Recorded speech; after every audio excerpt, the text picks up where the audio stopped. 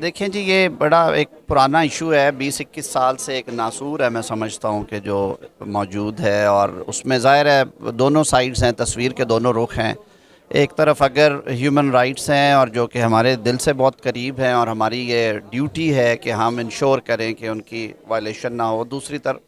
ہم front line state سے وار on terror کے یہ مسائل ان ریاستوں میں، ان ممالک میں آتے ہیں جہاں پہ جنگ اس قدر قریب ہو اور خانہ جنگی کی کیفیت رہی ہے ہمارے ہاں بھی،